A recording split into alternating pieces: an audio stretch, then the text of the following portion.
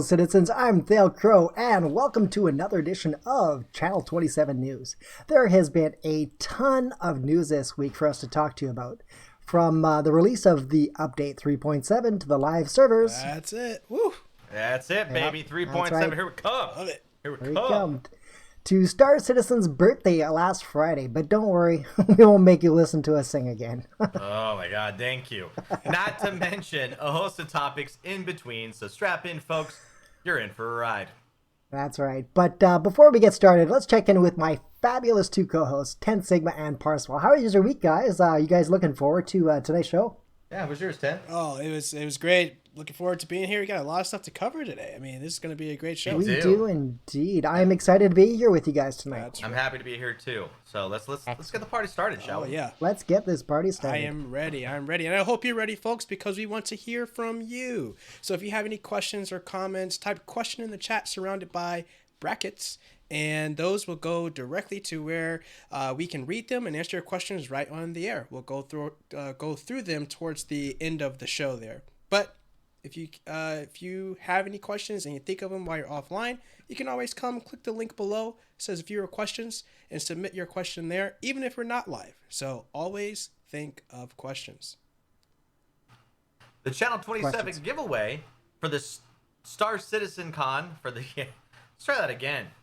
The Channel 27 giveaway for the CitizenCon digital goodies pack is still going on too, and we will be going on, and it will be going on every week right up until the con. Just type !enter into chat to get in on that bad boy. All of our chats are linked, so whether you're watching on Twitch, YouTube, or Mixer, any chat will do. That's right. And on October 10th was Star Citizen's birthday, and this year was a big one. With the rework of the concierge system and the perks that go along with it, we also saw a bit of Chairman's Club exclusive merch and the release of the RSI Mantis for sale, and some new RSI Mantis related stuff in the merch store as well. And of course, Update 3.7 hitting the live servers. Yes. I assume both of you guys are concierge level backers. Have you had a look at the new webpage? I I have. have taken a gander there, taken a little peek. Yeah. What do you think of the new concierge level or that gorgeous gold 600i? I think it's neat. I am glad that I don't have to earn 2,500 in store value there to get the second F8 though. Yeah. $10,000 less for that ship. Yeah. Jeebus. Jeez, yeah, not gonna make it there anytime soon, but it is gorgeous. It looks very beautiful. I love it. All right. Well, how about the new Chairman's Club hat and polo? I mean, I think a hat might be neat. I'm not sure about the whole polo thing. I'm not a collar kind of guy. maybe, No. maybe. I mean, I'm gonna give it 2 thumbs down. I don't want any of that crap. Yeah. No? No. 2 thumbs down, eh? Made from. What do you think China. of the concierge system as a whole? What do you think of the perks that they've been giving us? Yeah, the ships, the armors, it's one of those things that I think, if you're on the other side of it, you want to get there, and once you get there, you're like, this is okay. Some looks good. Some is promising. Others are really just, honestly, sad leftovers that I kind of wish were fixed. But to each his own, and hopefully we'll get some better content in the future now that the new Chairman's Club has been revamped. Well, what do Yep. you guys think I hope about so. I think a big piece of the concierge piece is the priority service. So do you think it's worth it? I mean, if we got all the ships and the upgrades and the perks, do you think that priority customer service is something? Sure. I think that a dedicated team for people that spend that much money is definitely a good customer service thing to give to the backers. Yeah. I know if I Yeah. spent, hundreds of thousands of dollars, some people have said that they want that, they want to be able to get an answer to something really quickly. Yeah. Yeah. I mean, I agree. There's some stuff that's really nice, some stuff that isn't. But the priority service, I think, is one of the really nice benefits to being a part of the concierge level or a Chairman's Club backer. I mean, there's the stuff you get there. That is nice to have priority over most. So Oh, yeah. I'll take that. Oh, yeah. Yep. And what do you guys think that are watching us on the live streams right now? What do you think of these things? Make sure that you put them in the questions there. Give some comments. We'd like to hear what you guys think about it as well. Yeah. About it. All about it. Yep. Well, moving on from there, one of the key things that coming up that we want to talk about on the show is the RSI Mantis Quantum Interdiction Ship. That was also released for sale on Friday, and the price is $150 or $135 for the War Bond version. For those who are not familiar with War Bond, that is just new money that you can put into buying ships and things inside of the store there. But I think the ship is really cheaper than any of us might have expected it to be. I think for one, I thought it was going to be higher than that. Absolutely. Yeah. But that also that wasn't the only unexpected part of the Mantis sale, guys. They introduced a perk, CIG did, for dedicated fans of the RSI line with a cross chassis upgrade. And you're going to want to listen up here, all you Aurora pilots and people who have that in their fleet. With this new perk, you can upgrade from the Aurora to the Mantis with lifetime insurance. So if you own an Aurora without LTI or lifetime insurance on it, you can upgrade it to a Mantis with lifetime insurance on it. And with all that, there's a new commercial that we want you to see. Have a look right here. The mantis is one of nature's most adept predators. Its patience immeasurable. Its focus indomitable. It waits silently for its prey. The adroit hunter positions itself for attack, identifying its unsuspecting target when it's most vulnerable. And then, steeled to the task at hand, the mantis strikes.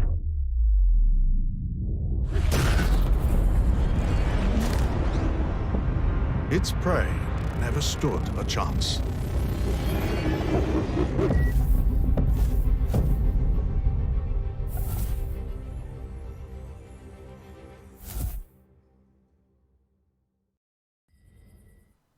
Cloud Imperium has stated that the Mantis commercial is only half finished, and they've used that fact to springboard their next community content contest.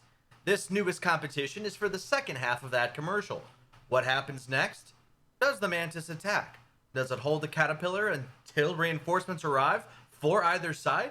Or is there some other scenario ready to play out? You decide. Make the video and send it in. You could win one of the several LTI ships being offered as a prize. Take a look at the RSI site for more info on that contest. That's right.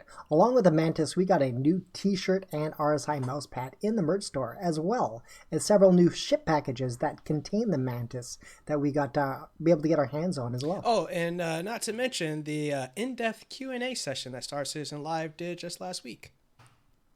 Oh, you're absolutely right. What did you guys think of the Q&A? I thought it was pretty good. I mean, they brought in a lot of cool stuff. The merch and the packages is something I liked. I have several mouse pads already, so it's going to be nice to add a few more to the collection. Oh, yeah. How many mouse pads do you have? Ooh, 4? I have the one. I have the Terra mouse pad. That's it. I have 4. 2 of them. One of them's assigned by the crew at CIG, and then 3 different others. I've yet to get my hands on those mouse pads. I just haven't done pulled the trigger yet. They're pretty good quality. Excellent. They're They are. pretty good quality. All right. I'm not gonna lie. That's one thing I've been surprised with, and that is the quality of the mouse pads. Yeah, definitely. Yeah. And then what do you guys think about those the packs that got introduced with the sale of the Mantis? I mean, we had the Posse pack, the Manhunt pack, the Manhunt pack. Yep. Yeah, I think it's they're all great. I myself picked up a Dragnet pack for temporarily being. I've been melting around caterpillars for a while now, so it's nice to have that whole thing in one package. Yeah. And the jump off points from that is actually kind of neat, comparably to the say the exploration pack, where you have to upgrade a lot of those ships from like the Dragonfly, the 315P, the Cyclone. Having that higher end point where you can CCU from is definitely a bonus. Yeah. I agree. Yeah, that was a really nice something to look at, especially for the backers and for the people that want to spend just a little bit more to get something that they're going to benefit from. I think the packages were actually solid. Mm-hmm. They were actually pretty solid. I mean, I have my fleet now that I love, and I have no plans on changing it.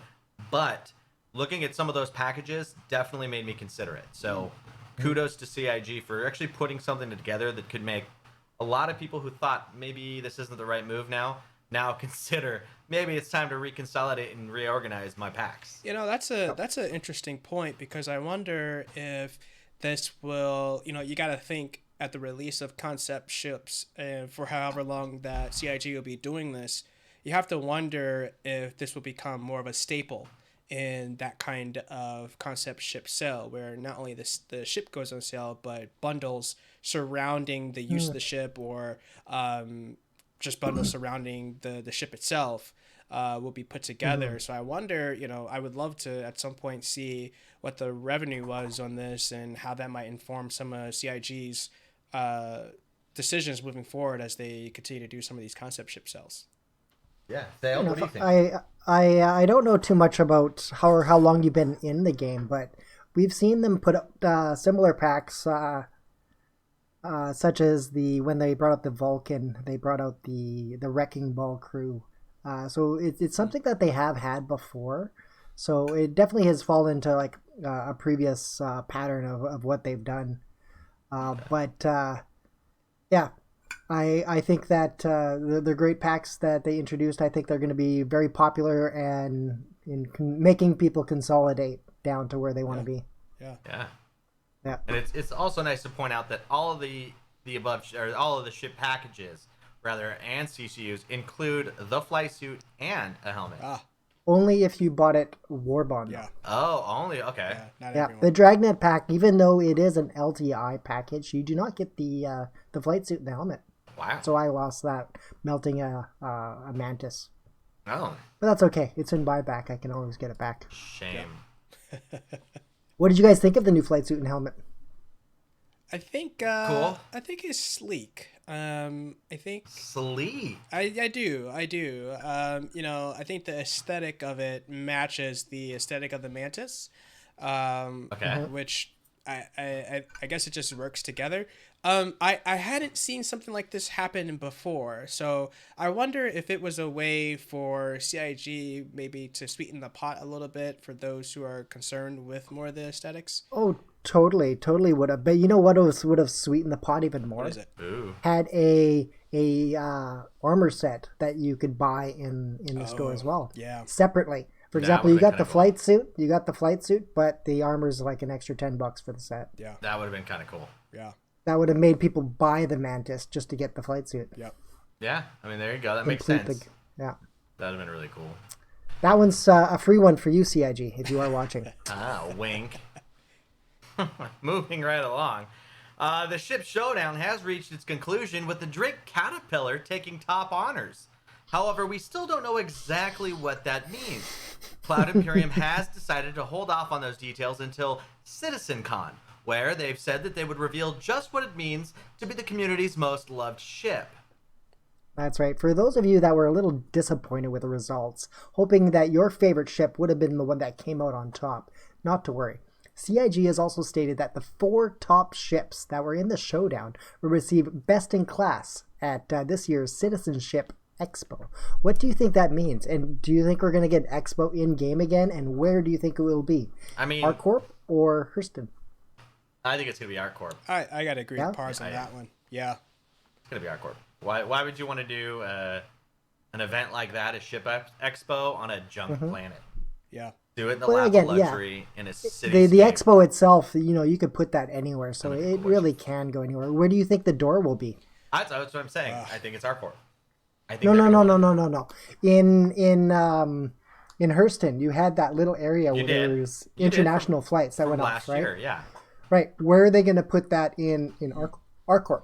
I don't know. Where's that door going to be? I think it's going to be over by the loading area for the passenger lines. So when you're coming out of the hangars, when you land your ship and you take that right towards the end of that lobby area, I think it's going to be that way. To the ship spawning area, or next to was it Tammany and Sons, the clothing store? Or you mean that extra line, extra- that They're gonna extra open train up that line? extra line. It's gonna take you over there. That'd be cool. Yep, that'd be a neat idea. But I mean, it was a cool competition just to have. Yep. But those ships are not the ships that people really wanted to see win. I mean, let's I think, just being honest, They were flight ready ships, though, right? yeah, That's the whole flight point. ready ships, sure, Yeah. sure, and that's cool.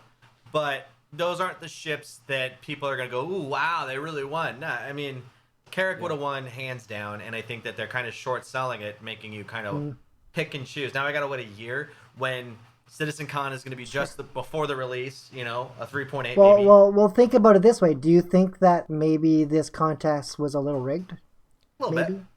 bit. A little bit. I mean, you're stuck. You're stuck with limited amount of ships.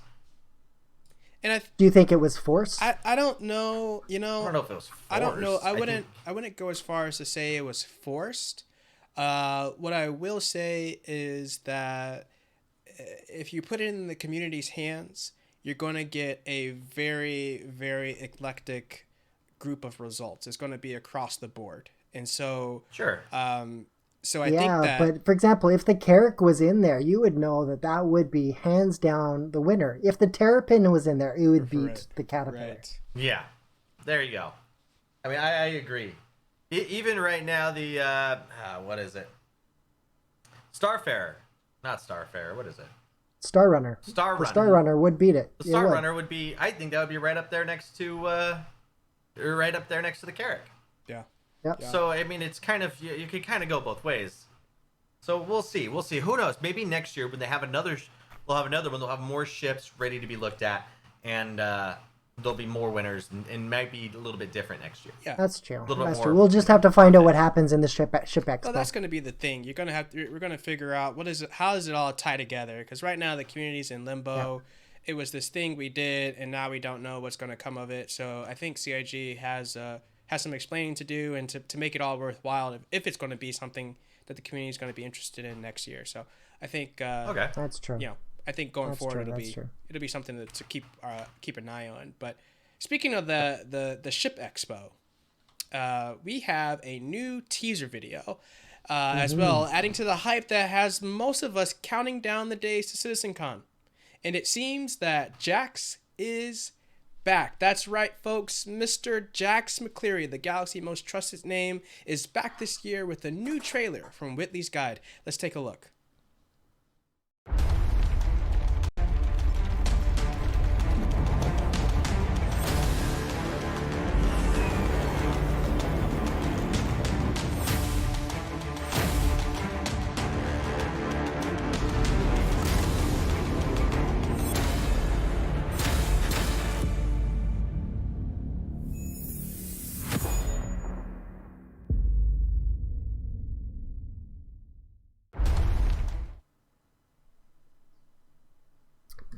Wow, that's amazing. CIG definitely can put on a good trailer video. Yeah, I'm excited.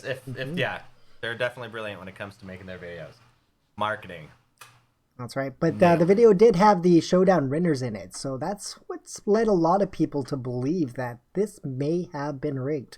What's the chance of those four making it into the final that they had the video?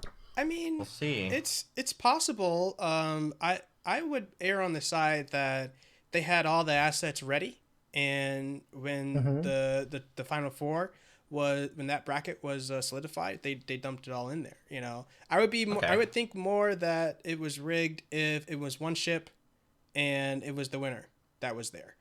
But to see all four, I mean, I think it's possible. Well, I guess they've known for like a week at least what those four would be. Right. So do you think they're capable of pulling it off, I guess, in 1 week to make that video? I think so. All they had to do, I'm sure Jax is pre-rendered already, and they could just put whatever they want behind them. Yeah, I'm sure they had all that prepped. All they had to do was just insert ship here. Yep. Yeah, fair enough. What do you guys? What would you like to see at this year's expo? I mean, it's I don't know, man. I mean, Drake could be anything. Drake is. We'll see. Would you like another big ship like the Idris? And if so, which one? That's a great question. If they're gonna pop one in this year, definitely the Idris M for me. Yeah. Yeah, well, we had the Idris already. I mean, maybe the Idris interior would be neat to see, but another Idris, there'd be no point. But okay. Maybe a Kraken interior. Maybe a Kraken. Oh, a Kraken would be beautiful. Yeah. Show off the Kraken. I don't think it's not as big as an Idris, right? You know what would be neat to do? The same thing that they did with us with the Mantis, where they, the CIG devs actually popped in and teased us with the Mantis we did talk universe. about Would it be that. neat to have That the would be Idris or the Kraken flying around? Yeah. That would be pretty sweet. I'd buy that for $1. You know what would be neat? If they, during CitizenCon, as you travel to ArcCorp, because of course everyone's going to start at Stanton, as you travel to ArcCorp, you got interdicted on your arrival to ArcCorp by a Idris and its accompaniment, and if you don't stop and get scanned, of course, you get attacked. You pay the price. Yeah.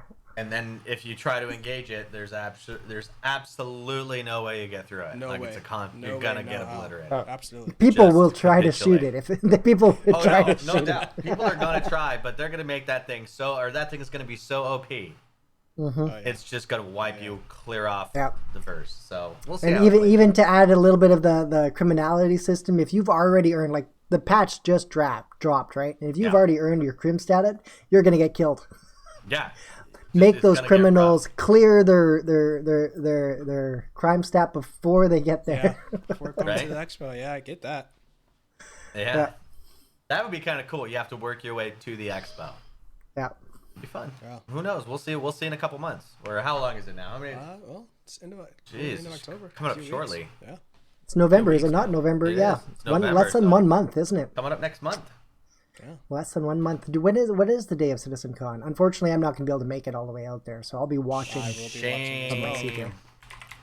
Oh, good. Well, good thing for. You know what we should do? We should have a show. We should do a show together for that. Well, I mean, we're gonna get great footage from Yeah. Fenn, who's gonna be there live on the floor. It's That's Saturday, true. November Live. 23rd. Yes. CitizenCon, Saturday, November 23rd. Our woman on the street. No, That doesn't sound right. doesn't. Wow, Thale. Inappropriate. Anyways, let's keep moving on from that. And that brings us to what is perhaps the biggest news of this past week, the live release of 3.7. Yes, it is. The 3.7 roadmap was looking kind of sparse after the switch to the quarterly development schedule. And I think many of us were left feeling not the best of hopes for this patch, just to say the least. But with some badass new vessels and a multitude of unexpected features, we've been pleasantly surprised. I just lost my earphones. Again, huh? Those earphones will get you, Thale. That's That's what happens when you start talking with your hands. There you go. Boom. Yeah. So you do this. Well, moving on, the Vanguard, Sentinel, and the Harbinger have so far been a big hit with citizens, and we have been logging, they have been logging in some serious flight time in these latest offerings from Aegis Dynamics. You know, Your thoughts, guys? yeah, while Thale recoups over there, I'm gonna jump in and I'm gonna say that I am a serious fan of the Warden. But after Me too, brother. Me too. I know it's a beautiful ship, and it's a fighter, and it's great. But after stepping foot in the Harbinger, Say it ain't so. I love this Vanguard line of ships even more. You know, and I tell you guys almost week in, week out, I am an Origin fanboy through and through till I die. You know, but these Vanguard ships have a special place in my heart. I love how they fly. I love how each of them has a unique feel to them, and the weapons that come stock on each are amazing, and I love piloting it. Just a few days ago in the version in 3.7 dropped, it was a lot of fun. Yes. Yeah. I mean, I see it too. I like Origin as well. Maybe a little bit favor the Origin? Aegis side. Huh? Origin? I did not see you as an Origin fan at all. I have my 325. It's a nice, beautiful, little fighter ship, and it serves its fun little purpose. It's a nice overall ship. And I like the aesthetic. They're beautiful, sleek-looking ships They are. that you can have at a premium. But I think I do like those workhorses more through like Aegis because of their capability. That's why I'm a huge fan of my Warden. Yeah. And that's become, since I purchased it, my new go-to ship. And it's just because it has that fighter package that I've found to be very difficult to beat. Yeah. So currently, I mean, I'm gonna head over and kind of side more with Aegis, but only for its capability, not its aesthetics. Because if we're gonna do something easy out of the eyes, it's gonna be the Origin. It has to be Origin. Hands down. Yeah. Absolutely. Fair enough. I could agree with that. Well, and then moving on now. Not only the Vanguard line of ships, we also got the Banu Defender, which came with its own commercial, and we love to show you guys that new commercial right now.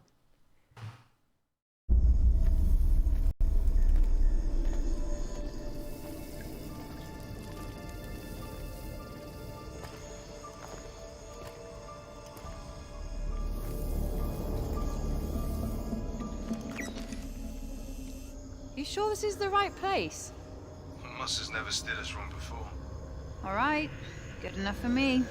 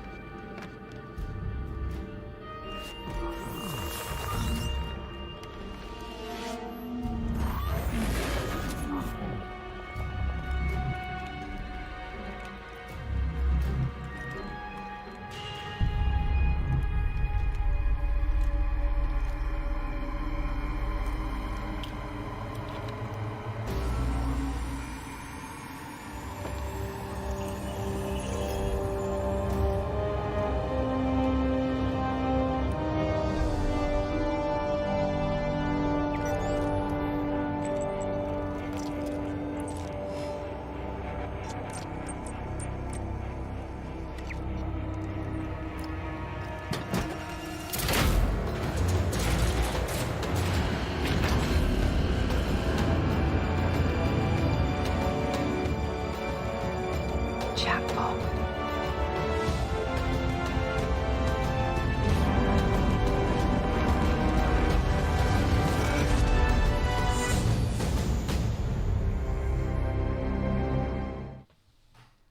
Great Wow. looking ship. Wow. Except for that gold plating. What were they thinking? Anyway, Really? gorgeous. You don't commercial. like that? Wow. I I don't liked like the it a gold lot. plating. No? It's a fighter ship. Why are you making it look cute? Make it look like It's a not warbird. cute. It's I Make it look it's, like a it's warship. you know what I think? I think that it's a different well, obviously it's a different type of ship, but I think the aesthetic and the colors that are used paint the Banu as a regal military force, right? So you know, contrast that to our favorite pars, the Okay. Vanguards, you know, and the Warden line of ships, workhorses, get it done. There's no frou-frou or frills Sure. about it. I think the Banu just kind of might have a culture that lives by a totally different beat. I want to see more of the gold then. Prove than show it by putting it in there. Because gold lines of ships, I mean, you pay that premium, you know. Look at the 600i on the concierge, rather. I mean, look at that. I mean, you got to pay for that gold. That's true. So these people are getting gold right off the bat, and it's going to give that regal look. Then the rest of the Banu line and the Banu race needs to have more gold, I think, to make it more aesthetically kind of mix or match. the Defender does set the tone and the idea for example, the Banu Merchantman going forward to that kind of style. So I think that we will continue to see the very animalistic bone interiors of the ship, which we can see that they've appropriated from the the Van Duel, it does have very much a lot of similarities to the blade, for example, the reworked blade, but with a little bit more of an artistic flair, I guess, and that is what the Banu are all about, is that artistic flair. You can tell that from their clothing, from the way that they decided to live in their houses. So their ships are naturally a selection of that. I'm just gonna wait for the Banu character that's gonna have like an open popped collar with a bunch of gold chains and like hair coming out of it, and then he's just gonna walk around and just, hey, it's my ship, and kind of see how it goes. But I mean, it's not Jersey Shore Banu. This is something a little bit different. This is not Jersey Shore. This is upper middle class Banu. Gold Jim Tan. That's all I'm saying. Gold Jim Tan. But see, the ship itself is beautiful, but being inside of it and looking at it last week, and it's just it's missing components that humans need. And that, to me, is a huge turnoff when wanting to buy that ship. So is what? The bathroom in is something to drink, right? Something to drink. Yes, and it might be something really nitpicky, especially for it being a game. But I think those are some things that we really need. If you're going to make it... what if this is the Banu merchant or the Defender kind of interactability, that you don't need to have that? You have a place to sleep, and maybe that's what I've got. Then we have had many discussions before that if you have a place to sleep, you should have a place to shit. I'll even take the fucking 3 seashells, and we can do it that way. All right? I'll wipe my ass with some 3 Would you seashells. do that if one of the beds was a bathroom with 3 seashells? Yeah, I would. That would on be a shelf. Awesome. What if they just put the 3 seashells somewhere in there on a back shelf? That would be funny too. And then every time you cursed, you would get fined. Well, here's what I think too, guys. I think that one of the ending statements on the commercial is the best of all worlds, or the best of all the world. I think that true, because it has all the parts. It has all the parts, but I think that maybe that's where it stops, guys. Maybe the components in the ship and how it operates, and some of the borrowings and things that have been placed in the ship go as far as to make the ship functional in its role. But I think when you think about, I was on the ship the other day, and I have to say I'm not a fan of the interior. It's a beautiful ship. It looks nice on the inside, but it's not a ship that I would want as part of my fleet. I'm just not a big fan, and I think that I would agree with you, Pars, that the inside of that ship should be fitted to allow for other species, namely humans, to pilot it efficiently. A lot of the ships that they talk about, especially like ships from like Asperia, they've converted their ships to be used by humans. And if they're going to do that, and you're going to sell to a human company... But this is a Banu, though. I got that. And if you're going to sell to humans, then you need to make it... You need to make a ship that is capable of withholding humans, of holding those humans for long-term flight, if it needs to be. And like looking at Von Hurt, Banu aren't human. You're right, Von. You're absolutely right. They're not human. But if you're going to market a ship to humans... make it to where the humans can live comfortably in that ship. If not, no one's going to want to buy your ship. Well, you know what that brings up to mind as you say that, Pars, is human. If we think about the human race, and maybe more people that are interested in collectibles, maybe the Banu becomes a ship that is part of a collection of ships that a wealthy person in the verse might have to hold. And say, hey, at least I have a Banu ship, right? Maybe these ships, inside of the verse might be, or getting access to them might be very costly, or might be considered relics, even with their military prowess. So there's different ways I think that you can look at it, but at the end of the day, the ship should be fitted to fit the needs of the race that uses it, especially in the sense that all races and inside the verse species inside the verse aren't the same and have different kinds of needs. So I'd agree with you, Pars. I think you're yeah. I mean, look at this is bringing up a great conversation in the chat. Vaughn again says bathroom in the Hornet. No, it's not meant for extended travel. That's why it doesn't have beds. That's why it doesn't have a bathroom. Sam brings it up. Maybe this is as far as a manufacturer can go to tailor it to humans before breaking the style guide set forth by the Banu. Ah, Great. that's a good That point. is a great point. You're absolutely right. It could absolutely be, if they went any further, they'd start to break the aesthetically pleasing look or its functionality. That's a great point. And if that was the case, I understand. But it's like a Harbinger or like any of the like my Warden. It's meant for extended long-term combat with fleets, so you can stay in that ship for long-term combat in operations with a bed, a bathroom, and a place to eat, and a gun cage. So there's pluses and minuses to all of them, and that's what I'm relating like the Defender to is the Vanguard. What do you guys think? Sure.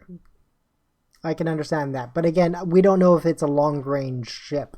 We know it'll accompany that. So the quick in and out might be more in kind of how the 85X is to the 890 jump than would be a 325, right? Yeah, but if you're going to put those things in there, there's got to be a reason for it, which is what I'm saying. If you're going to have a bed in there, it's because you're I'm planning on sure being there the for a while. Banu have a reason. One day we'll be able to ask them. Come on, Banu, where do you guys poop? We need to know. Do the Banu poop? Maybe. Moving on. Let's see. 3.7 also brought us some major updates to Star Citizen and Arena Commander. Star Marine got a bunch of bug fixes and a brand new map, The Good Doctor. The Good Doctor is much larger than the past Star Marine maps and encourages the use of real tactics besides the simple run and gun of past game zones. I have to agree. I really, really love The Good Doctor. It is a great map. I love the outside and the It is interior and much exterior bigger than aspect. I had thought of. The first couple runs through, I thought I caught all of the map, but it definitely is bigger than anything that we've had before. I haven't had a chance to jump into the Good Doctor map, so I'm actually pretty excited. I've been spending time in 3.7 doing other in the PU really, but I should check it out. I think it'll be a good way to see what you guys are talking about, experience the map. Still haven't played it, huh? I haven't been on. We will have to it's good. set up something, Yeah. Oh, it's get good. everybody together, and we'll have a big battle. That'd be fun. Yeah, that'll be really fun. What else? Arena Commander also received some serious love with an increase to the size of the map, as well as a major rework to the Pirate Swarm game mode. A number of new enemy ships have been added to increase the challenge, including a Hammerhead at the very final wave. That's right. Also, the rewards for completing Pirate Swarm have gotten get a little bit of attention as well with the addition of a pirate-themed Gladius that you can purchase once you've earned this year's Pirate Aggressor badge. I love collecting those badges. The Pirate Caterpillar is there as well as a few packages that have that contains both of those in there. Yeah. What do you think of the new Arena Commander? Did you guys have a chance to earn your badge yet? Still haven't. Haven't gotten the Still badge. haven't. No. Know a couple people who have. Oh. Um, I'll get on it. Yeah. and I got we're it. waiting Those for aren't going that anywhere. Gladius, that black and red Gladius. Yeah. It hasn't been released quite yet. We're assuming maybe next week. Fingers Maybe even crossed. this week. Fingers crossed. Yeah. That'd be nice. Yep. That leaves us with the bulk of 3.7 in the persistent universe, where we've talked about the big ticket items, of course, new ships, caves, the FPS manning, but we've talked about those for the past few weeks. So has everyone else. Anything about these you want to cover over before we move on? Caves or FPS mining? No? Caves? Yeah. Caves? I mean, I will say in the Banu commercial, seeing the Hadanite at the top of the commercial when she was walking through, Ooh, I missed that. I thought that was pretty cool. Yeah. But That was cool. other than that, caves and mining.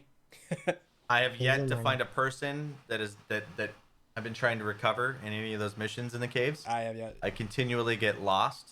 Oh, haven't done it yet. Yeah. I continually get lost, so there's that. But beyond those things there, I'd like to have a discussion about some of the smaller features that CIG has stuck into the patch notes with very little fanfare. For example, the new criminality system. Not a lot of people have talked about it. Actually, you know what? Riddler talked about it. Yes, the Hand of the Exile. As you see, they changed a few things with the criminality system. You're not able to land or repair in Port Olisar, AirCorp, or Lorville if you have any kind of crime stat. And Levski and Grimhex will both accept you depending on your level of crime stat. Grimhex will let anybody. Have you guys had a chance to earn any crime stats yet in 3.7? I did. Yeah, they suck. They do suck. They do suck. So even after getting killed by security, still doesn't wipe that crime stat. So that's not fun. Oh. Nope. You get a crime stat right away if you use the Mantis's QED, the interdiction device, in monitored space. So there's a quick way if you want to earn that. Oh. Yeah, it's not fun, guys. Yeah. Getting ganked is not fun anymore. Now they reduced a little bit of the fees it costs. For example, getting parking or accidentally bumping into the station. They did. That's nice. They removed that a little bit over. They also updated the mission rewards to better balance the risk and the time that you're doing it, and it's seen actually a reduction in a lot of the rewards that we originally saw for some of the missions. For example, you used to get I believe it was 6,500 UEC for doing the Comrade missions, not the Comrade missions, the ones where you had to shoot down the things. The scanners. And it was only 1,500. That's it. Wow. Oh, okay. Yeah, so they dropped it like a third of what you used to be able to earn from that mission. Well, here's the thing, though. Even with the drops in mission rewards, I think that if you drop them, you have to make them work, right? You can't be spending time going to missions that are borked, that are broken, and aren't going to deliver the rewards for it. Especially if you're going from, PO to outside Levski, and you can't get one of your bounties to pop, or the missions aren't working because now people aren't going to want to spend more time in the game. So I think the balancing of the rewards is okay. I think that's something that we're going to experiment with all the way up into release. But I think that you're going to have to really focus on making sure those missions work. I'm not going to say it's for better or for worse. But it has made that grind much more. The grind is on to get creds. The grind is on. Yeah, I hear you. That's true. Yep. Yeah. They also did a little bit of improvement to the VoIP and VoIP in the game. I haven't got it in successful since this patch at all. We tried up the other night. We had a group of us, both proximity, in-ship, and party chat. We couldn't get it working. Yeah. Hopefully that does get put out. It's an important part to have, especially being able to just chat with somebody. Yeah, I agree. I really think they do need to get this figured out perfectly. Well, have you guys I know used we can't always ask for stuff. Have you guys used the new channel creation or the kind of chat groups there? I haven't been able to add people to it. Yeah, it's been a grind to try and figure it out. I still don't think I have it quite yet. Yeah. But yeah, it's a different layout. It's a different UI now, and it's not bad. I think it's a step up and a slight improvement. There still needs to be a lot of rework and a lot of fixes to get the audio for VoIP working, but VoIP is something I can finally start testing with the multiple cameras I have now. So that's exciting. So I can't wait to try and use that, but I still have yet to actually do it. No, Steve, you can't. He gets so greedy sometimes. I know. Damn it, Steve. Steve. What about the updated AI service beacons with the new sequence waves of enemies? A little bit more challenging opponents and kill rewards. Have you guys tried them yet? I haven't seen that yet. No. What is it about? It's basically a sequence. So you can respond to a service beacon, and it can turn into a little bit more than what you thought it would. Okay. Really? What does it turn into? It turns into a bird. Ooh. An actual bird. This bird? Yeah, that bird. Ooh, I found it. Another thing that they brought into this patch that I think was well needed as well is they separated the Arena Commander and the Persistent Universe ship databases, which makes it so that you don't have to worry about your ship breaking. This is where their logic was anyways. If your ship was broken in the PU, you wouldn't be able to use it, or if you claimed it or something like that, you couldn't use it in Arena Commander. Unfortunately, it has the downside effect of people earning these weapons in the game that they were putting onto their ships in Arena Commander, and they're not able to do that anymore. Yeah, there you go. So it was a double-sided coin or double-sided blade for whatever they're doing that. I don't know if that's a great thing. It would be nice to. There's been tons of debate we've had over the Arena Commander and whether that environment should relate to what you have. And I think at this point, I don't know if that should be separated. I think if you buy it in there, you should be able to get it. Get a little ship, so it's a game. So you earned a card that you can plug into your sim pit, whatever, you'd be able to get that. Yeah, exactly. I agree. It's kind of a reward for that. You've worked really hard to do that, so here's your reward. You can play it in other aspects of the game. Yeah, I'm indifferent on it. I spend a lot of my time in the PU. So I think my indifference has to do with not fully understanding, hearing about, but not experiencing firsthand the challenges that came along with being in the PU and trying to get ships over to Arena Commander, or some of that the circumstances there. But I think when I see news like this, what I'm interested in is the better persistence across the game modes, right? Like, you know that regardless of where you're going to put this, you're still seeing that the bigger picture of CIG moving towards persistence, which is something that we all can say is definitely needed and what we really want to capitalize on moving forward. So sure, yeah. Let's see. You say we keep moving on, guys. Damn it. Janet? All right. Yeah, we'll keep moving on. On a unique planet outside of UE space that the Xion called Tavora, a solitary Xion monk sits in silence beneath a tree. He is trying to attain enlightenment by meditating on Tavora for an entire day. It's been a long time, and will remain there a lot longer. The second planet of the Kepha system, Tavora, or as we call it in the UEE, Kepha 2, is not only a popular tourist destination for both human and Xion alike, but it is also the center of Xion spirituality, Letova. This picturesque world full of temples, farms, and gardens was open to human tourism by the Xion to promote their interspecies relationships and to help humanity foster a better understanding of the Xion culture. Once uninhabitable and then terraformed by the Xion, Tavora's most unique aspect is, however, the reason for its spiritual significance. A single day in Tavora is equivalent to 100 Xion years, or about 128 Earth years. So that monk we spoke of earlier, he's going to be there quite some time. According to Letova, every action one takes creates ripples of causality that reverberate through the universe in untold ways, a butterfly effect, so to speak. And the only way to achieve harmony with the universe is to minimize these ripples as much as possible. You know, fellas, that actually kind of reminds me of how people back in the 21st century were trying to reduce their carbon footprints all the time. That's right. It's not too far of a concept, though, as the Xion are trying to reduce their everything footprint. It is in part because of the beliefs that the Xion have that often appear aloof and untrusting to outsiders. They display a degree of stoicism unmatched by few other species. This stems by the fact that Xion believe displays of emotion are to be saved for family and those closely trusted. But the spiritual poker face still leaves many feeling uneasy when dealing with the enigmatic species.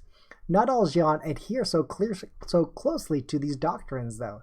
It is becoming increasingly popular among younger Xion to move through that move from their space to UE space to embrace a more human way of doing things, more freely expressing their emotions. Despite this and the close relations we have with the Xi'an for more than a century, we still know surprisingly little about their history. But what we do know of the Xi'an history comes from documents that the Xi'an themselves provided for the Ark project. And like Dell said, there are some holes in the story. What we can piece together goes like this. Several millennia ago, the Xi'an race was divided into clans led by prominent houses. All of them at once engaged in a brutal civil war that devastated their population and their homeworld. Until somehow they reached an accord and the entire Xi'an race was united into a single empire. Ultimate control resided with the single imperial monarch, and this monarch would be succeeded hereditarily, though, through a series of a very specific genetic markers inside the species. The Xi'an rebuilt their society and even began to flourish throughout their first imperial age. We have no idea exactly how long the first imperial age was or what brought about the second imperial age because we simply don't know.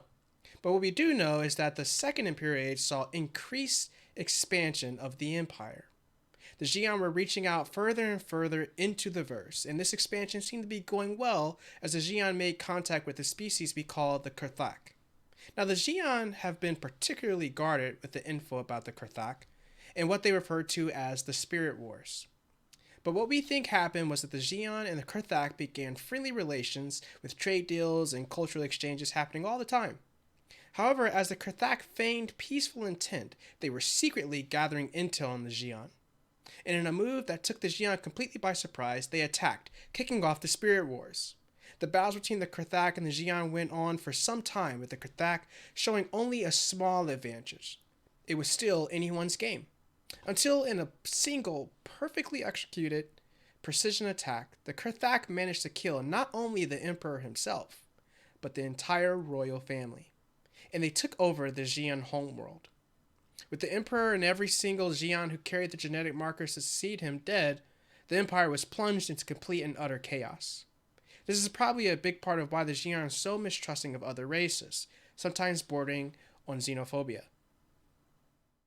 While the clans of the now shattered empire squabbled over what to do next, the Spirit Wars continued, and the Karthak caused more and more devastation to Xi'an systems, until, miraculously, the prominent and influential House Krei found the genetic markers required for succession in one of their young females.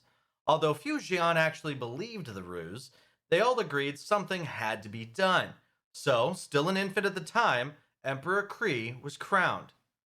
The reunification of this empire was able to forge a peace treaty with the Karthak and end the Spirit Wars.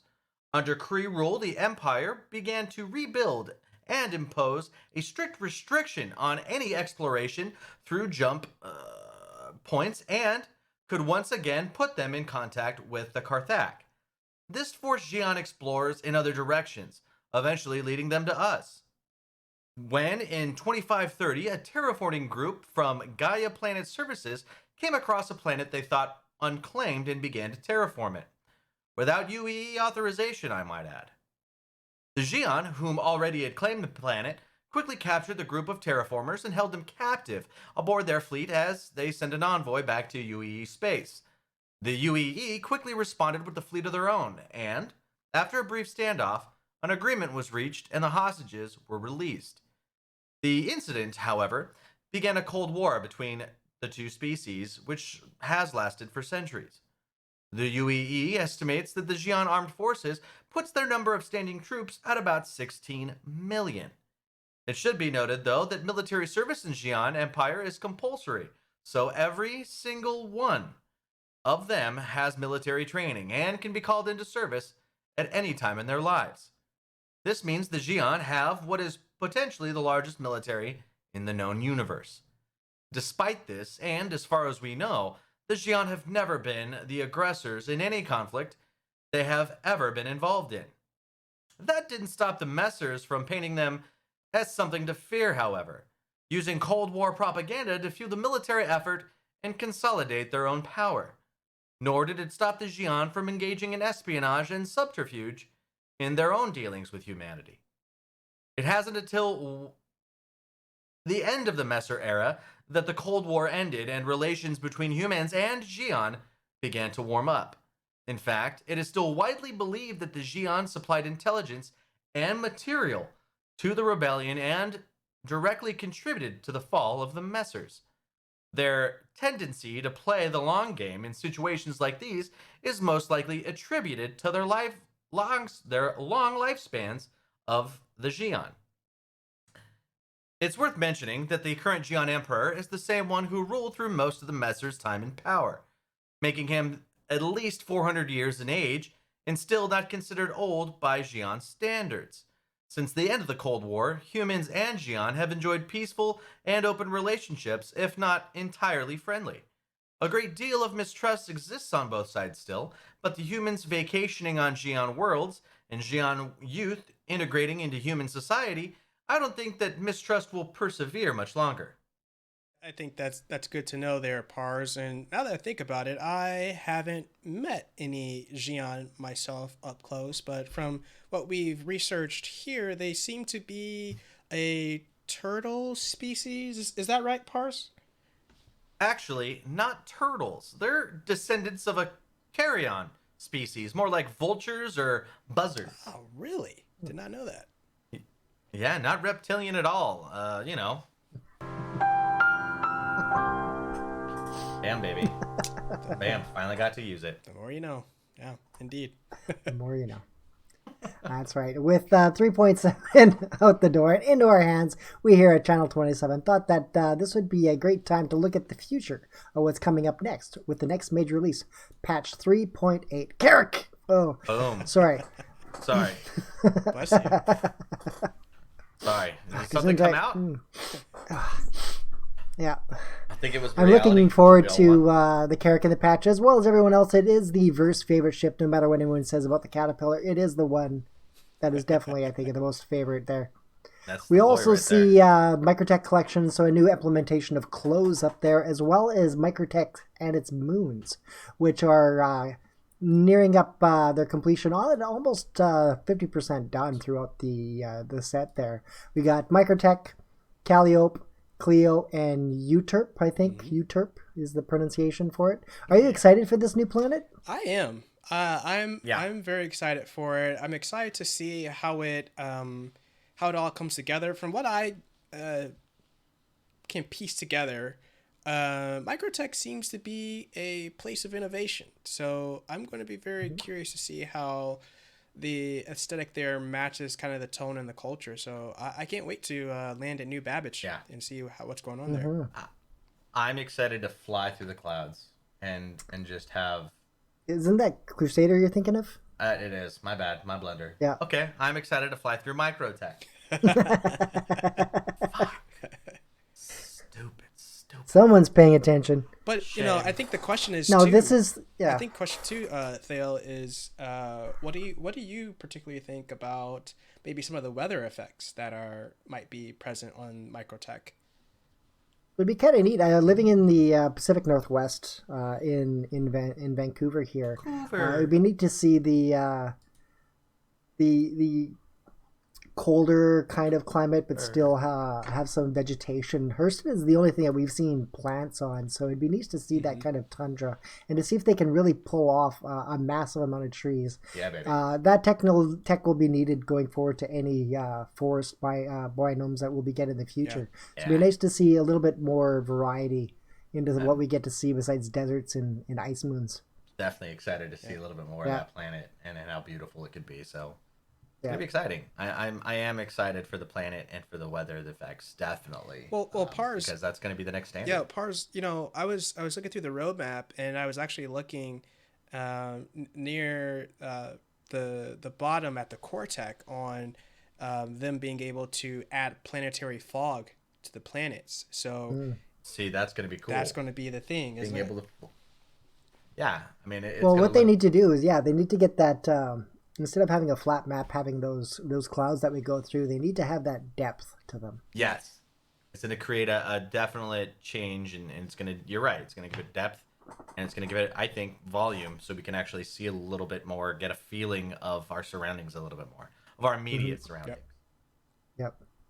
So, do you think There's been rumors that they haven't put in anything yet because they need both SSOC socks, as we get to see. They might they might remove Levski to get Microtech in. Would you be happy with them doing that? Absolutely not. I mean, it's gonna go eventually. I would hate to see It does belong in Nyx. I would hate to see it. Somebody pointed out that on the star map, exactly where Delamar is where supposedly the jump to Pyro is, or the jump to Nyx. Sorry. Oh. Is it Pyro? I don't remember. Damn it! I'm bad on my lore today. See, shame on your It lore. happens. So It that's why I happens, just don't you know. say anything. Can't fact that up if I don't say anything. What do you think this will set us apart from the landing zones that we have already? What do you think this will add to the table? Go ahead, Pars. Honestly, it's gonna be like any other landing. You're gonna have shops. You're gonna have your facilities in a living quarters, and they're gonna have a place to take off. Unless you start adding more interesting aspects to it, maybe a cave or two, but even that is only gonna be so. Nyx, thank you. Yeah, and even that's gonna be only so interesting. Yeah. Before it starts to get boring again, but I think. They're well on their way to actually making something a little bit more entertaining, especially I think with Microtech and the new Babish stop. So who knows? I mean, that's not the only location though that's also going to get those improvements. We're also supposed to get those way station improvements, those ship station improvements, those interiors. That's true. The interior variants coming through. We were hoping to get through actually in this patch that got pushed towards 3.8. Yeah. With 77 out of 116, jobs done. It'd be nice to be able to see a little bit different things in the verse. Besides caves. Well, I'm kind of besides I'm caves. kind of excited for that. I'm not happy about caves. Well, we'll talk about the caves, and I know that's a big thing in 3.7. But I was It's a thing, baby. I was excited for this, but seeing it, 77 out of 116 tasks completed, I think they're A, on their way, but B, this could be a way for rest stops to really take a more prominent footing in terms of their interaction with pilots in the verse. If you're absolutely. Think about our discussion earlier, going back to the Banu. This could be a case for if you're flying around the verse and if you're not in deep space, but you gotta poop. You can stop into a rest stop, So I mean, this could be a good way. I mean, that's just that's an example, kind of harkening back to earlier. But new shops, clothing, armor. I love to see some components, services, rentals, maybe some even habitations there. I think all this would be habs. Would be great. Habs. That would be awesome. We need habs in rest stops. Also using the volume of each individual space station, the interior that reflects the size of these space stations would be awesome, because you have some gigantic space stations in there that would make for some awesome PvP if you could, or even just a beautiful interior to represent its exterior, and so you can get a glimpse of the exterior from the interior. I mean, there's so much you can do, and I think if they were to start to implementing those, that they're kind of dynamic and they could flex and they can expand and contrast with the size of each station, I think would be a really cool thing to see. But yeah, and we'll need it moving forward with the rest stops throughout the entire verse, not just in the Stanton area. We'll need that to be a little bit different no matter where we go. That way it doesn't feel stale. Yeah, I agree with that. Exactly. But it also makes for fun, moments to find those hidden kiosks again. And I had a great time doing that. Going to each little station and looking for the bad guy kiosks. The no questions asked. No ones, questions asked kiosks. Yeah, baby. Moving on, we got those NPC improvements. I know your personal favorite, Thale, the new shopkeeper. Yeah, shopkeeper, bartender. A little bit more life happening to NPCs is what we need. It's very much a theme park right now. Nobody does anything except for the mission givers. Even then, their lines are a little bit low. Although I do admit, I got the new. What's his name? The guy in Levski, the first mission giver we got. Why can't I remember his name? Miles Eckhart. His different. His new lines are different. You have to check them out. Yeah. Oh, wow. A little bit of thing that snuck into this one. But yeah, going forward, I definitely want to see the improvements of the NPCs. as a whole. Be able to walk up to the shopkeepers and talk to them and, hey, what are you looking for? And have a little bit more of a dialogue tree with them instead of them just saying things while you're in the background. Yeah. That would be kind of cool. Allow cities to feel more like cities and not more like empty spaces with NPCs walking around. Yep. That all look the same or that are males wearing women haircuts. Yep. It's really weird. Hey, it happens. No judgment. No judgment. Yeah, No true. judgment. I am looking forward to the FPS combat that's scheduled for the different type of weapon types, so that the NPCs will be able to attack with an appropriate weapon, like in the shotgun, be able to get up close before firing their guns, things like that. Yeah. To be able to behave in a more strategic way, depending on what weapon that they're holding. Yeah. Yeah. And along with that, with the gun types, the cover, have them to cover. I don't think we've seen. Well, actually, no, we do see them duck behind things now, don't they? They do. Yeah, but they did show us in a previous, I think it was Star Citizen Live, the new cover functions, and I think they look really good, especially for NPC combat. And their use of cover was really cool, and I remember they were just using simple like boxes at the time. I think it was still in gray box phase, but it was still a fun thing to look, and it looked very, very promising. They actually looked like really smart AI, and they were using cover and concealment properly, and they were utilizing, firing the weapons properly too, which I thought was really cool. And I can't wait to see that in the long term, especially when the game's released, and to see them take a more dynamic role and approach. That's true. Before we move on to the next points of here, Ozal's just put in there, Port All-Star is the only station that makes sense. They bang on about making realistic, but then have magic elevators. I agree with you. We've had this discussion before where we would love to be able to see an elevator with a glass door travel along the length of the rest stop. So I think it would be a very cinematic experience. I know everyone harps about having to take the train everywhere you're going, but it makes the verse seem alive. That would be beautiful. That would be really cool to see as you're watching ships land and take off at the same time. Boom, baby. Yep. Money right there. CIG, there's your next commercial. There you go. There you go. Let's just move on to what we really want to talk about. Can we do that? I mean, there's always the restricted area rework. There's the cockpit experience improvements, and we can talk about those. But let's get to the meat and potatoes: the Prowler, the Red, and the Carrot. Ah, yes. Yeah. Ships. Every one of the ships. I know. Yes, everybody. I am looking forward to it. I'm looking forward to the Carrack as well. I do have one. I don't know if I'll keep it though. I'm torn on that in the Crucible. Like every day, I look at my hangar, going, should I CCU it out? Yeah. Yeah. Mistakes. I'm not doing it. Carrack is love. Carrack is love. And the Prowler, because I also have a Prowler. Prowler. Yeah. I'm really, really looking forward to utilizing the Carrack in open space and long adventures. But in the meantime, I'm really looking forward to playing with the Prowler. Fair enough. Just because of the alienness of it. It's beautiful looking ship. I agree with you. CIG knows how to make some good looking ships. Yeah. And the stealth factor for me is going to be a game changer. It's going to be so much fun. The 890 jump that we got was originally to have 1,600 SCU. And it got nerfed down to, it currently has 32, but they said it's going to be around 400. We still haven't seen what that number will be. Yeah. One of the things about the Carrack was that it had 1,000 SCU. Now we know that's not going to happen. How much SCU do you think the Carrack will end up getting? Oof. I don't know. Yeah, I couldn't say I mean, I couldn't give it a ballpark number. No, not at all. It's difficult. Yeah, I can't.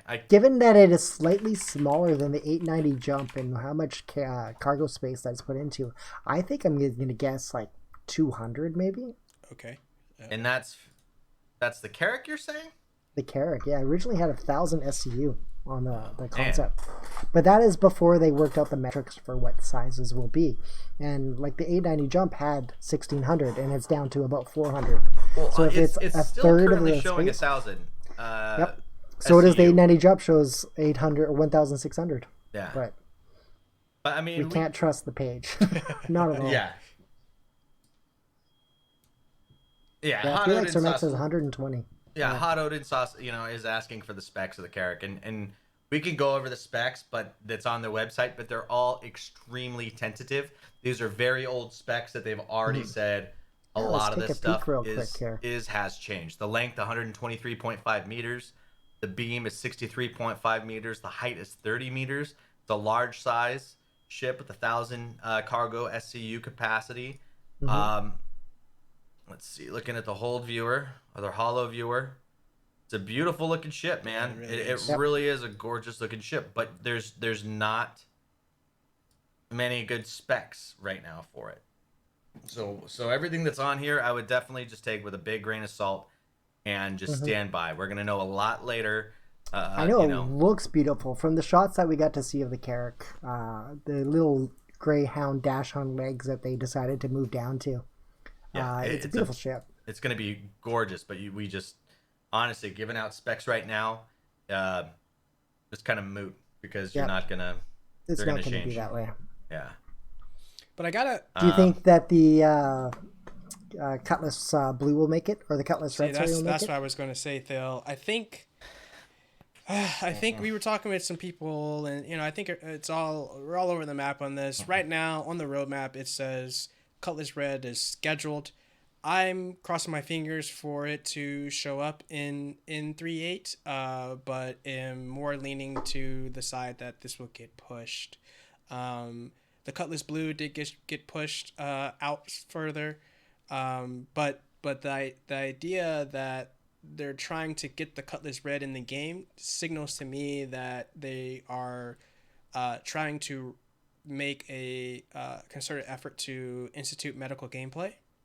I'm not sure if it's all the way there yet, and I believe it was J2 we were talking earlier in pre-production about how if medical production isn't ready, having a ship that's supposed to be a medical ship, or excuse me, if medical gameplay isn't ready, to put a ship that's a medical type ship in the game might not work in this patch, and so maybe they'll find it out and do a last minute punt to the 890 jump has the first medical bay that we already have the first ship that has true. The medical bay. Yeah, that's very true. So we're looking for the gameplay, and even with the 890 jump, you could still sit in the lay down into in the bed there and have the machine operate or do a scan or whatever. Yeah, the animation's there. They just need to heal you. They should.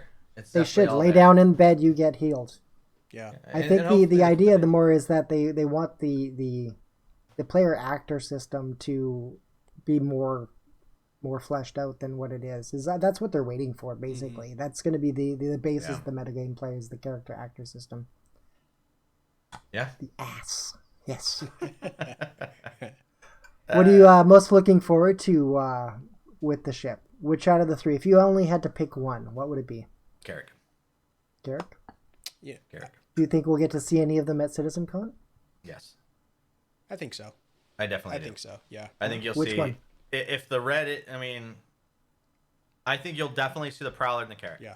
Definitely 100% on so? the Carrack. I definitely do.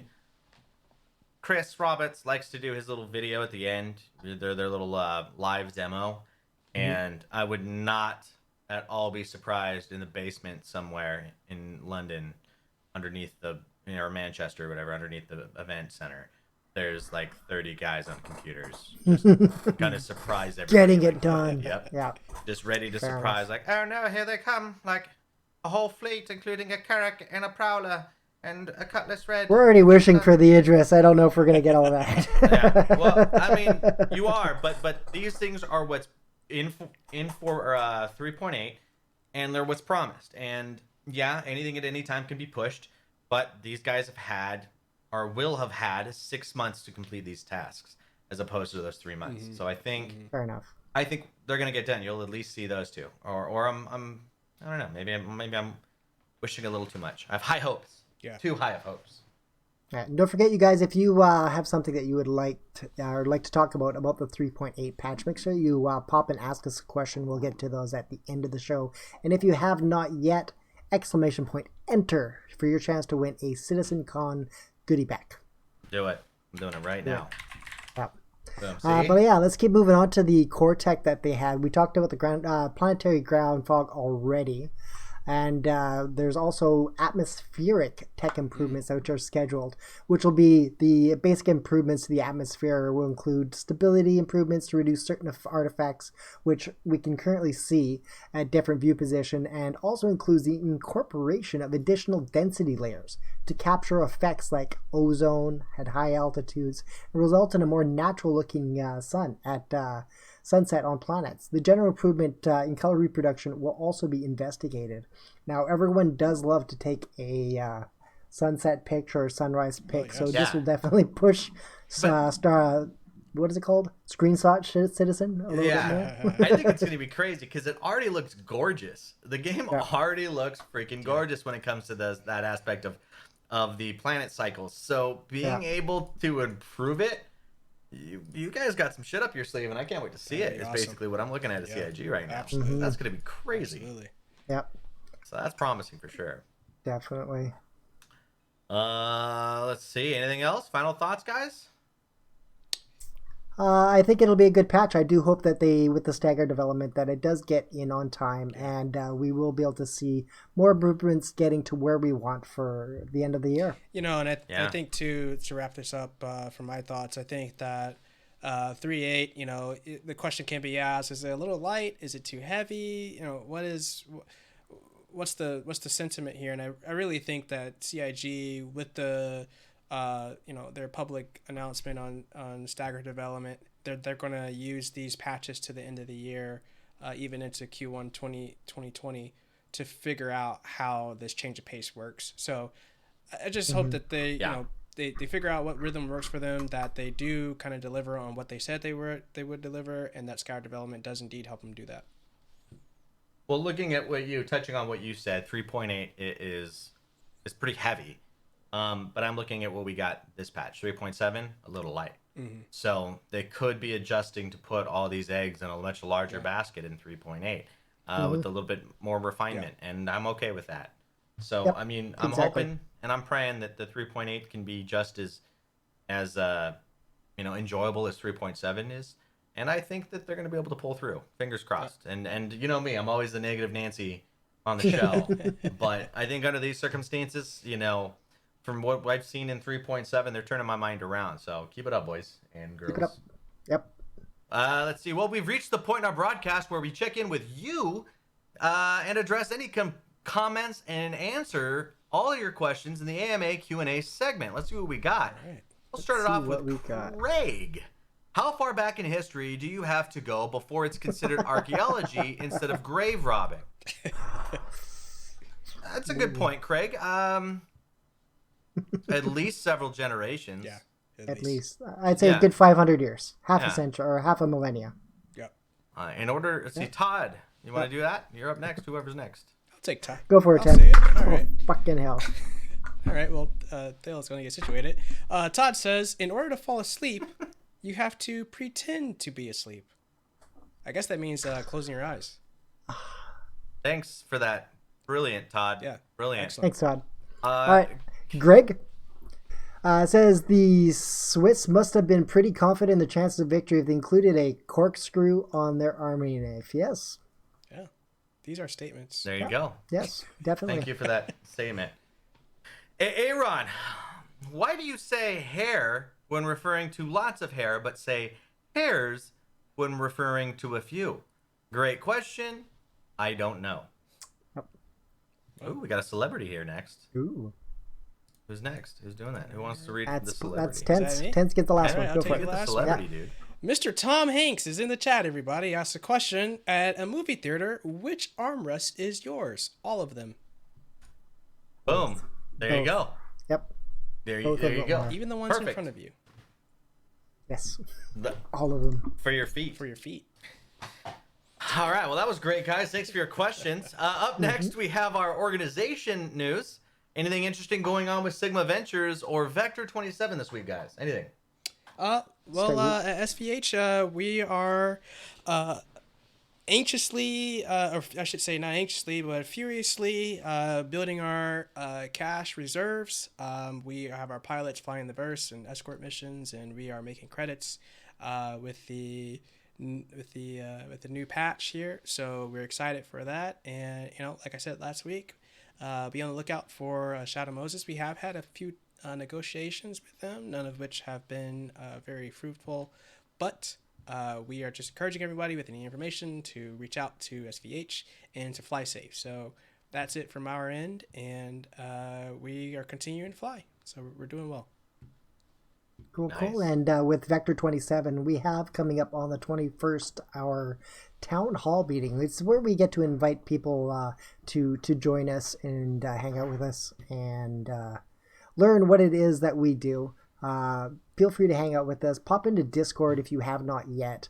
I don't think !Discord works at the moment, but the links are down below. Feel free to hang out with us and find out more about us. And Also- I keep friggin' hitting that. Yeah. Also on the 26th, we're going to be having our joint operation. I think it's a Halloween operation between Sigma Ventures and Vector 27. That's it. So if you guys are available, any members of either org interested, please contact your org leaders and get signed up for that. It's going to be a pretty fun night, and we all look forward to that. That'd be great. That reminds me, isn't CIG doing something for the Halloween? They got the pumpkin carving and like some spooky. They are doing show? a pumpkin carving. Yeah, we almost forgot about that. That happened this week. Yeah. I won't be. I don't. Yeah. Okay. You don't do that? No. All right. Well, anyways, Channel 27 is a project for the community, by the community. 10th Sigma has joined us, the team, and so should you. That's right, guys. I am ecstatic to be the third anchor here. And if you're involved, if you'd like to get involved, you can contact us through the Discord. So join us, and the links are right down below for you to get started doing that. But maybe you don't have time or inclination to join the production team at Channel 27 News here. That's fine. But at least consider clicking those like and subscribe buttons. They are on Twitch and YouTube and Mixer, where we're broadcasting, and it doesn't cost you a thing, and really helps us reach more of the community. Yeah, baby. And for those of you feeling saucy, there's also our Patreon page. All the proceeds from that go back to all of you through raffles and giveaways. Speaking of giveaways, Oh, man. it's time to see who gets this week's digital Oh, goodies yeah. pack. All right. Don't forget, type !enter if you haven't already to have your name entered into the drawing. We'll give you slackers another 30 seconds to enter. It's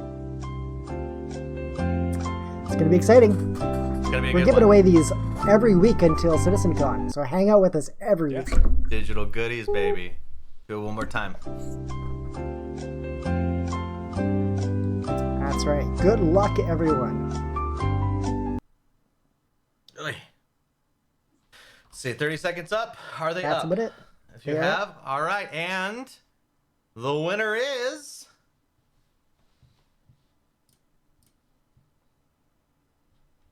Silent Fire. Fire. Nice. Congrats, Silent. Congratulations. A brand new Congrats, owner congrats. of a digital goodies pack. Thank you, Silent Fire. Thank you, thank you. That about does it for this week. Either of you have any final shouts or shout outs? How about where can we find you guys at? Tense, you're up, big boy. You can find me over at twitch.tv/10th Sigma. We'll be flying in the verse, having a good time. Come join us if you want to fly together and earn some creds. And you can find me, Parzival, at twitch.tv/Parzival. I'll be starting again tomorrow after I get off work and whenever I really kind of want to. But I'll be starting. And always remember Anthony Tanaka, guys. Always. And you can find me at twitch.tv/Thale_Crow. I stream way too much, but I have lots of fun. And that's it for tonight, folks. Thank you for hanging out with this. Channel 77 will turn next Tuesday at 9 p.m. PST, so make sure to Twitch us on Twitch, YouTube, or Mixer. Have a great week, everyone, and remember, keep your Macplex backpack packed and stay on Vector. Good night, everyone. Good night.